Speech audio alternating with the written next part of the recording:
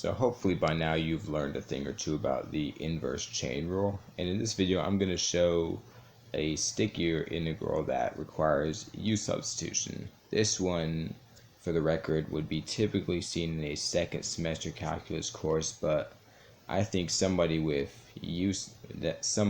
is proficient enough in U-substitution, which is taught in Calc 1, and knows their trig identities, which is pre-calc, could pull this off. So even though it is taught in the notoriously hard Calc 2, I do think somebody could pull this off before Calc 2. And as a matter of fact, there is a whole chapter in Calc 2 based off of integrals like this.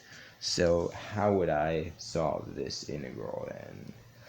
Well, first of all, I'm gonna take advantage of my Pythagorean identities, and one big pointer that I'd give with calculus is to always employ pre-calculus prior. So secant x times tangent squared x. I'm going to say just tangent x times tan squared x. And you'll see where I'm going with this. And I'm gonna open up this tangent squared x right here. I'm going to say secant x times tan x times 1 minus, or secant squared x minus 1, because remember tangent squared x plus 1 is secant squared x. So secant squared x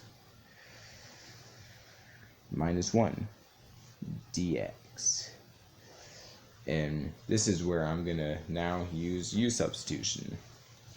So you take advantage of the derivative identities between secant x and tangent x, as well as the Pythagorean characteristics between the two trig functions. I'm going to say u equals secant x, and based on that definition then, du is tangent, or secant x tangent x dx. And I'm going to say, because I already said u is secant x, du is u times tangent x dx.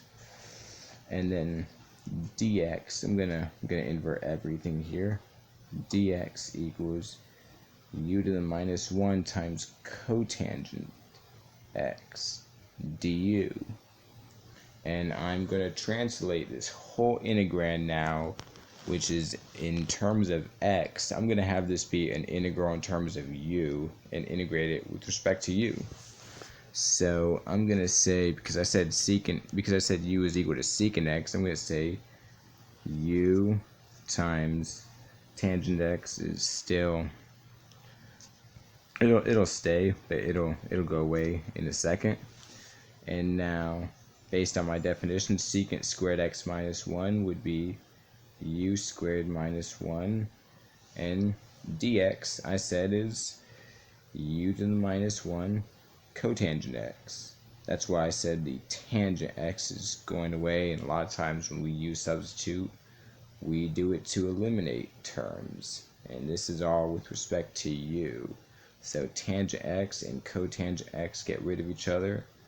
Same with this u and this u to the minus 1. These guys cancel each other out, and now we're left with u squared minus 1 du, which is pretty simple to solve. This is something that when you first learn how to integrate, these are the first techniques you'll learn. This right here being of the exponent rule, and this is simply a constant. So u squared minus 1 du, that would be equal to 1/3 u cubed minus u plus c, our constant of integration. And because I said u is secant x, this I have to retranslate this now into terms of x, because that's what they wanted to hear. This in was terms of x, or at least what the integral asked for.